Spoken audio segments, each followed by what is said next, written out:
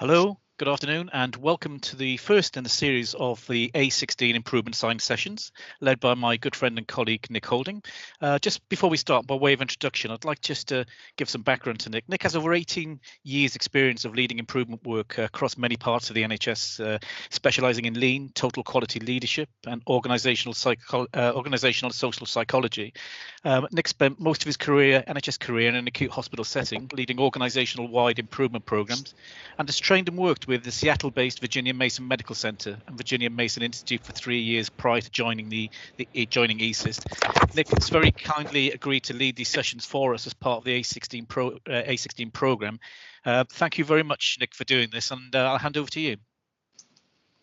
Thanks, Mark, and thanks again for asking me to host. So as Mark said, my name's Nick Holding, I'm an improvement manager with the Emergency Care Improvement Support Team. Usual introductions. Always promote myself with a bit of Twitter activity as well. So anybody's on Twitter, you can connect with me at Wallsboy on Twitter, and you can see the ESIST Twitter handle there as well. So please feel free to connect with us.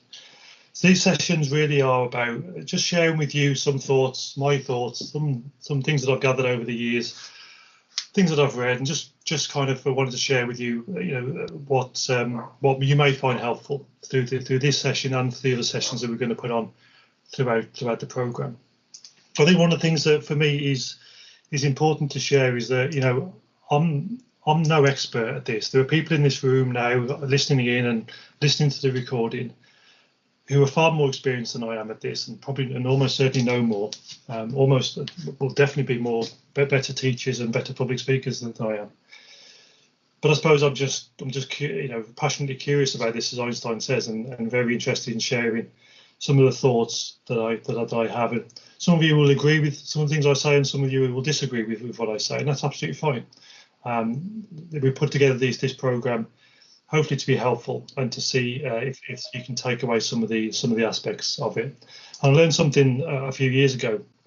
I'm not a natural teacher. My improvement environment is more on a team-based or one-to-one based in a sort of coaching methodology. But I found a few years ago that when I was asked to teach an improvement program, it really helps you get into the detail and you learn more by teaching. So that's why I'm here today. So this is a learning opportunity for me as well. So any feedback will be very much appreciated, good or bad, because that will take me forward on my learning journey. The chat room is open at the moment. I'm not going to do any Q&A session on this program, but if you put any questions or any comments or anything in the chat room now, my colleague Crystal is looking after that. I'll pick those questions up afterwards, and I'll get back to you over the next few days.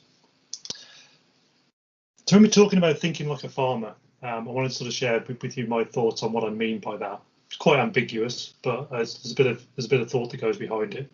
So it's really about how we prepare for our improvement work, and how we prepare the environment and the climate and the ground to develop our improvement efforts before we even get started. Sometimes you find ourselves in a situation where we're working with really barren soil, we're working with unfertile land, teams, individuals, people aren't just ready for improvement, but we sometimes force that on them. But we sometimes miss out the preparation work before improvement starts in how we nourish and fertilise or create the right environment for improvement efforts to have the best opportunity of survival. Sometimes we see short-term changes or short-term improvements survive for a short while, but if the environment's not right, they soon wither and die, and they'll disappear. And what we're looking for here is sustainable change. And we know from all our experience here, all the people on this call now, we've all experienced change that wasn't an improvement. As Eli Goldratt says, any improvement is a change. So any improvement that we find has to be as a result of a change, but not every change is an improvement. And I think we can all relate to that, where we've seen change happen, but we haven't seen an improvement as a result of it. Multiple bed moves or ward configurations. We build new ED cubicles, expand the ED. We build more wards, we create more beds, but the improvement doesn't happen. We just create a change. And what we find with that is people get tired. People get tired of change.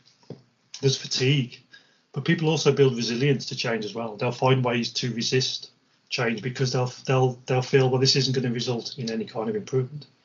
So what I want to share with you today is just a few hints and tips overcome that a little bit, and how we can start to learn to prepare the soil in advance of starting our improvement work. There's some grounding in this. That some years ago, McKinsey developed a survey, global survey, over 3,000 responders, that said that around 70% of change efforts fail.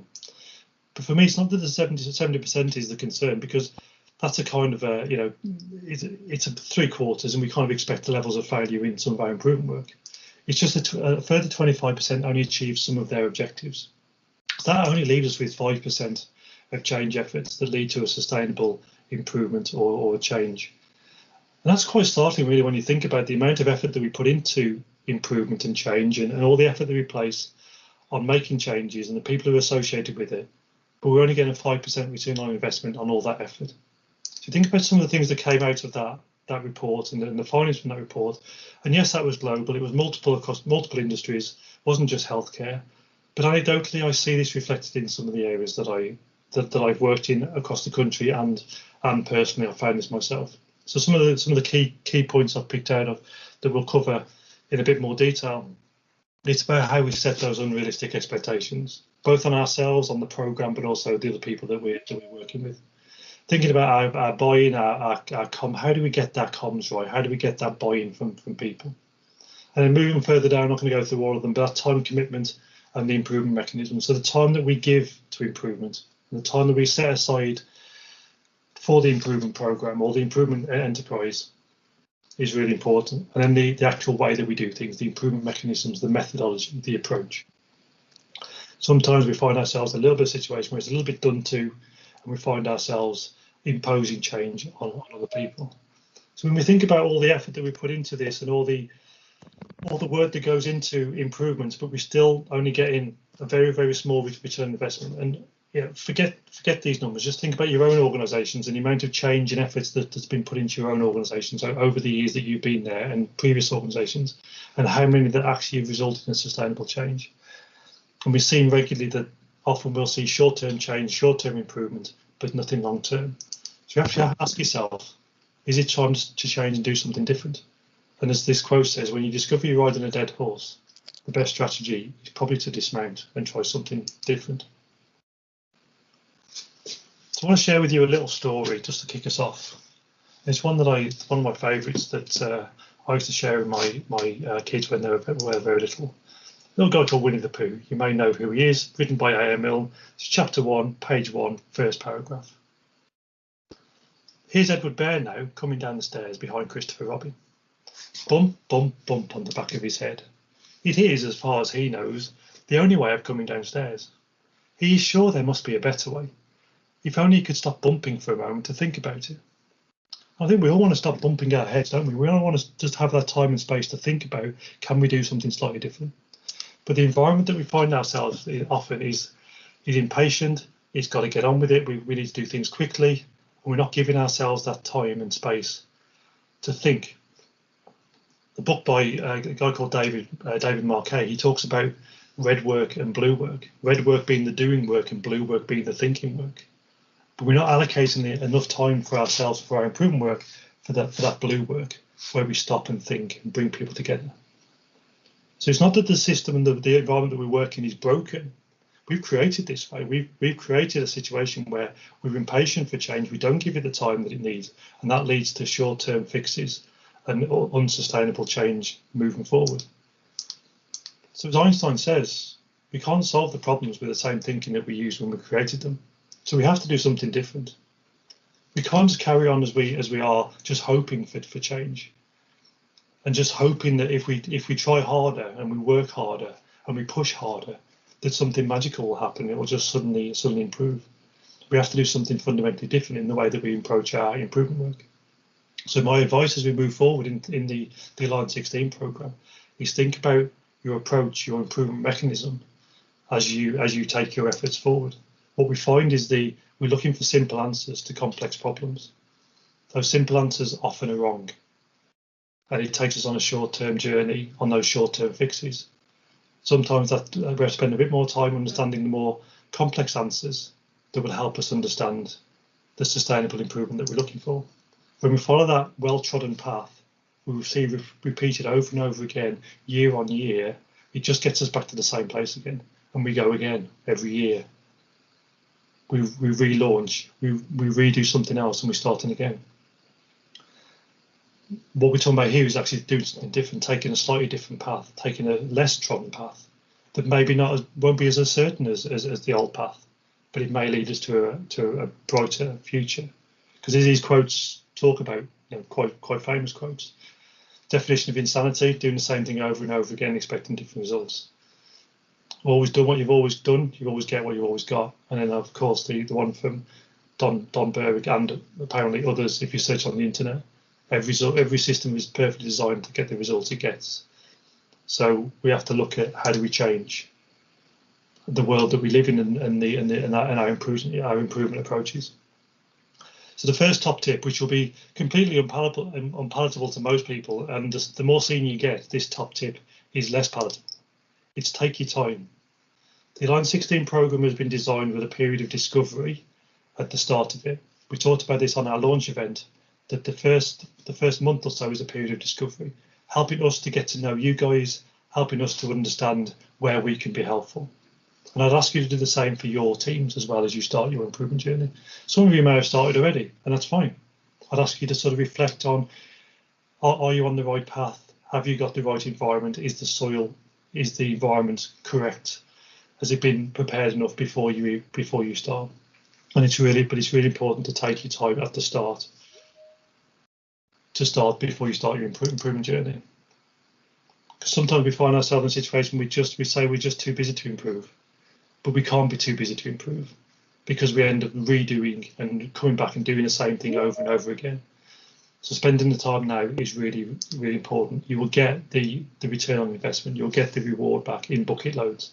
This time spent now, the investment you make now in preparing for your improvement over the next month or so you'll get back at the end through a sustainable change. And just a quick example in real terms, not healthcare, but the story of the hybrid engine that Toyota developed a few years ago. They set themselves an ambitious target of getting that to market at I think it was a Munich Motor Show within 2 years. That got changed very quickly to 1 year. They had to develop and launch within 1 year. They spent 9 months preparing and developing the program to ensure that they avoid rework and repetition and mistakes when they went into the experimentation and development phase. So that investment in time, that will pay back in absolute bucket loads. What we find is that, this quote from Stephen Covey: if the ladder is not leaning against the right wall, every step we take gets us to the wrong place fast. So the way we understand if we're up against the right wall is truly understanding what our improvement environment looks like.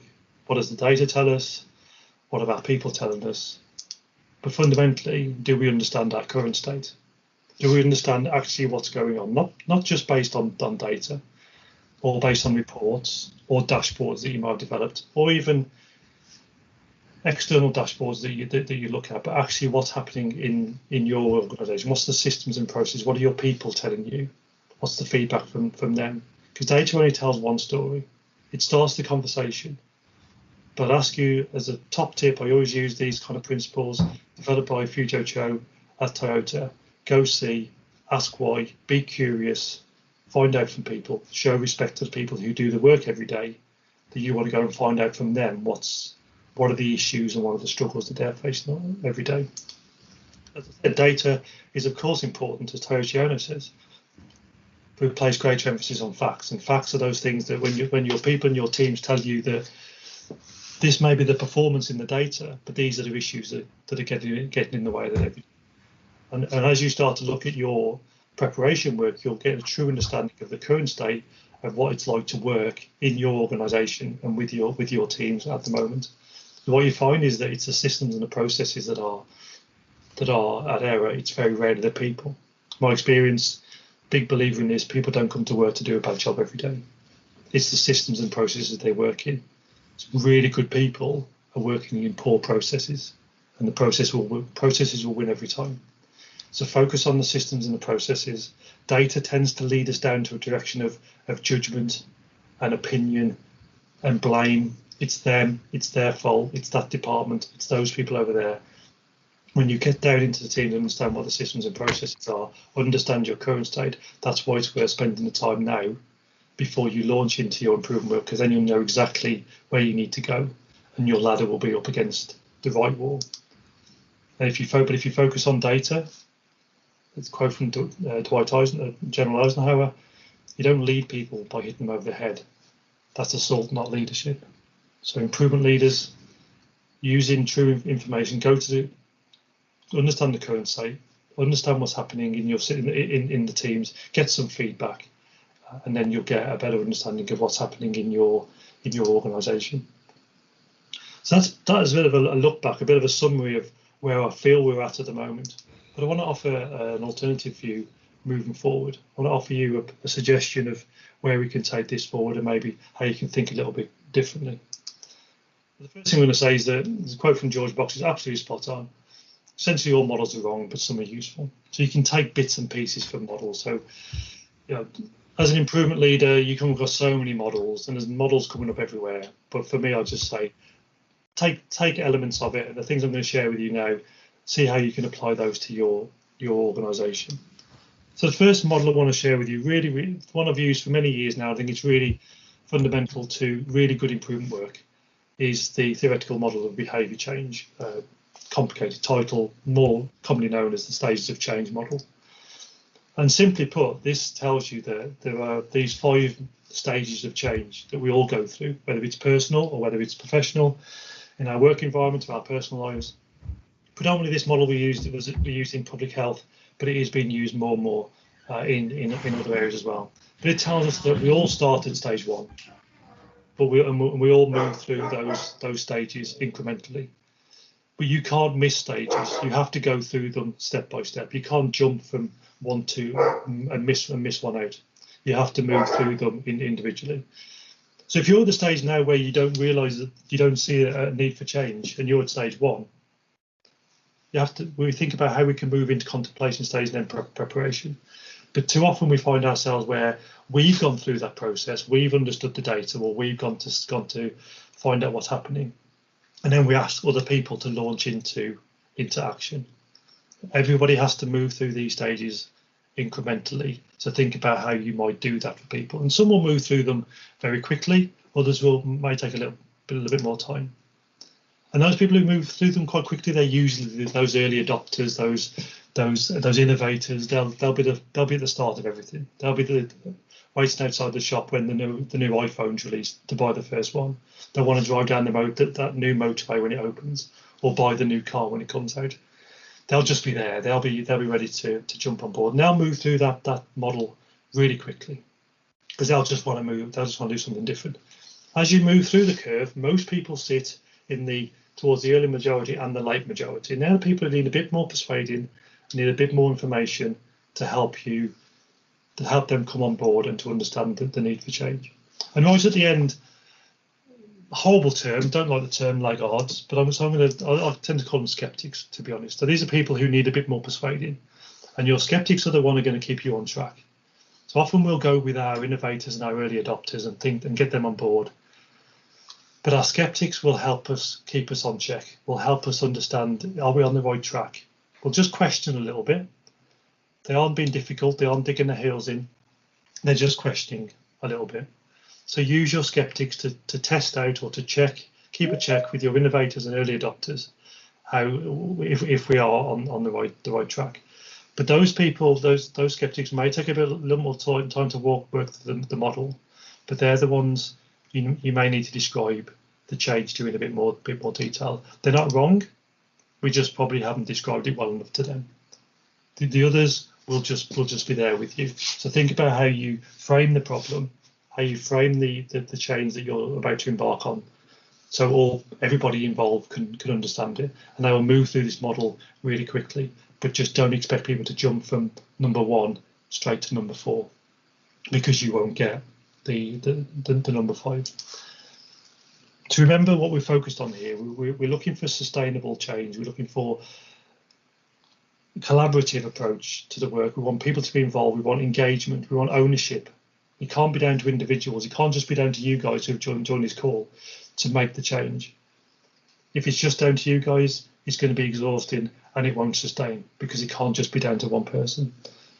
So our goal is to engage people and sustain change. The change itself is not the goal. And if that's all we focus on, is just making that change, and we drive hard and we develop we've got to work harder, we've got to move faster, we've got to get there quicker, we'll develop an escalation of commitment, and we'll just focus on that rather than how we can engage people and understand the environment and the climate that the improvement work is going to be established in. So the goal is the goal, not the change itself. So when we find ourselves in a situation where we're focused on the change solely, and we're in a bit of a battle because it's our opinion against somebody else's opinion, we find ourselves in arguments. And if we treat everything like an argument, then there's going to be winners and losers. And nobody wants to be a loser. Nobody wants to lose an argument. So you start to get resistance. People will dig their heels in and will start to work against what you're trying to do, because there's a feeling of, I don't want to lose this argument. To create an environment where we all see there's an opportunity for improvement, and we don't turn this into an argument, and we look for collaboration, because we tend to be all focused on the same thing. We just may see things in a slightly different perspective. We're all focused on doing the right thing. Well, when we see others as others, we see others as opposite to us, we start to build a bit of a fight mentality, a bit of a battle mentality, and we try to overcome those other people. But tend to be, when we start to learn and start to understand the perspective from another side, we start to see that actually we're all pretty much the same. We're all heading in the same direction. We may just have a different kind of approach. So I'd encourage you to think about the people that you bring around you. Who are the team? Who's your guiding coalition of people that you bring around you?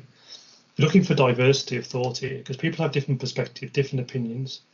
They may not be the same as yours, but they may just see things slightly different to you.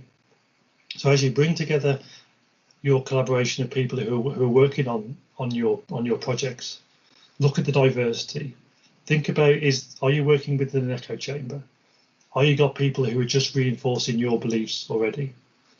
And look at how you can pull together on other people who can offer different suggestions and different thoughts, who may challenge the status quo and challenge the way that we are existing thinking. Because we just do see things differently. And those people from different professional backgrounds, different personal backgrounds, they will just offer a different perspective. So I'd encourage you to think about who are the people that you've got working alongside you and with you, and you've engaged in this work, and encourage and ask for challenge and different perspectives. A really great book on that, and I will, over this series, I'll share with you a number of books that I've found helpful in this. Really great book is, many of you will probably know it already, but Matthew Syed's Rebel Ideas. And I've just drawn out a couple of quotes from the book. When people from a singular background are placed into a decision-making group, they are liable to become collectively blind.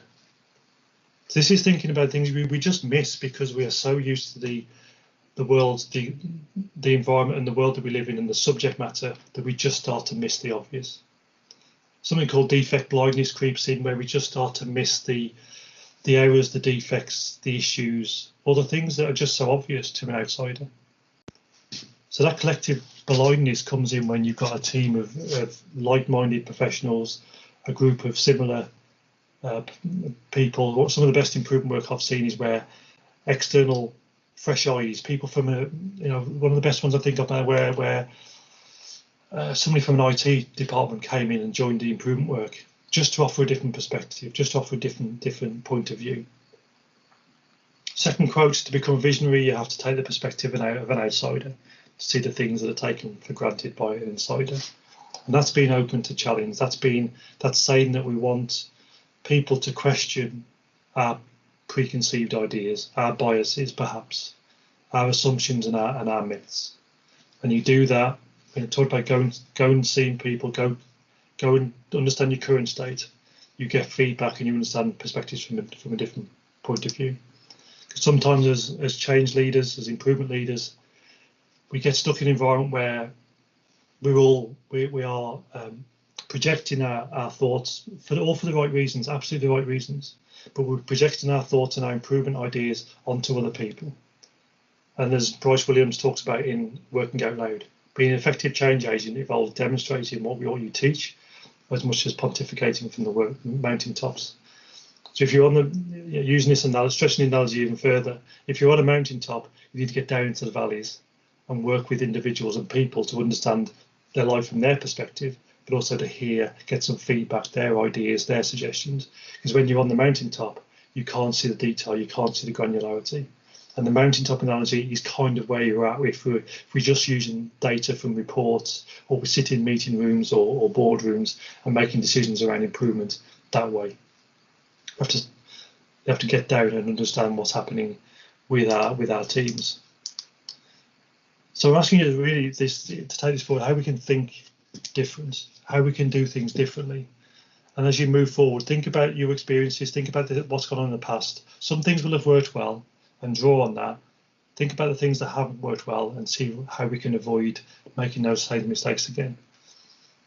But I think different involves that time that you need to spend. And that is the hardest challenge I've seen for leaders across the NHS, is committing the time. We're always in a bit of a rush. We're impatient for change. We want things done very quickly. And it's not a criticism. It's something that we get caught up in this hamster wheel, and we're fixated on that red word. The clock's ticking. We've got to fix it. But if we want sustainable change, if we want to do something different, we have to think different. Just because it's new or different doesn't mean it's wrong. Some of the best ideas, you will have all been involved in the last 12 months. The amount of new work, the amount of new ways of working that have been developed that haven't been done before over the last 12 months. Some of it has stuck, some of it has worked, some of it hasn't. But we create an environment where we try new stuff out. And I wouldn't want us to fall back into that world where we're just doing the same old and expecting different results. So I suppose this is your opportunity as we come towards the end of this session. This is your opportunity for those who maybe want to do something different, who wanted to try something different and actually spend some time thinking about the improvement work before you actually launch into it. Then now's the time. The Align 16 program is designed to support that. The improvement managers who are working with you, that's our ethos as well. We're here to support. We're not going to push you to go faster and quicker. We're going to encourage you to be mindful and think about, in a more considered approach, how you truly need to understand which is your direction. So if you do that, then you'll get the results. You'll get your rewards. You'll get your sustainable change. You'll understand. You'll get buy-in. It won't be just down to you, and you'll get using the analogy here, you'll get a flourishing crop of improvement results. So prepare the soil. Understand what you have to do before you launch into your improvement work. What you need to do. Some of it may be light touch. Some teams may be ready to go already. Others maybe just be very resistant or not ready for improvement. But rather than ignore that or just impose improvement work on them, what you need to do with those teams to help them to develop a climate and environment where they're ready for the improvement work to take place in their area. So just wrapping up now, as I said at the start, these are my thoughts. Welcome your feedback, really would. If you disagree with me, absolutely fine. If you agree, all good as well. Let's start a conversation. This is based on, as Mark said, some of my experience. I read lots of books. I'm a bit of a book geek. I listen to lots of podcasts, so it's kind of absorbed lots of stuff, and that's what I wanted to sort of share with you. But it is based on a little bit of theory, quite successful theory, in fact, that's been turned into practice, and that's Kotter's 8 steps. So where we're at the moment is the first 3 boxes. We're in this stage now where we're creating the climate for change. You're developing a sense of urgency, you're building your team, and you're getting the vision right before you move into the communication phase and then onwards. By the time we get to the end of the Align 16 program around about October, you should be in the don't let up and make it stick phase. Kotter's model for me is probably one of the easiest and more reliable models that we can work with about how we develop, establish, and then see through and sustain change. So you're going to start your journey. As I keep on saying to people, if you have a vision in the future, that's fine. But think about the first stage, and the first step for me is understanding where you are now with your current step. As the quote says, journey of 1,000 miles begins with a single step, and sometimes those single steps is just stopping for a minute and breathing and just thinking about how we can do things slightly different. So as I said at the start, the content of these sessions, I've got a little bit of content that I can put together. Very happy to put that together myself. Any suggestions, more than happy. These are we've always said the Line 16 program is co-designed by you guys. So tell me if there's things that you want me to cover, and I'll include those in one of the next sessions over the next few months. All left to me to say is good luck with your work. The ECS team are here to support you. Mark and Andy have set up a brilliant program, and the rest of the improvement managers will be here to support you in your work as well. Feedback to me through email, really great. Let me know any suggestions. Let me know what you thought. Any conversations on moving forward, that's absolutely fine. Connect with me on Twitter at Wallsboy ECS Network. Twitter account is there as well, so please connect with us as you see fit. Other than that, we're just on time now, 1 o'clock. So thank you very much for your time, and I'll see you all at the next session in a month's time.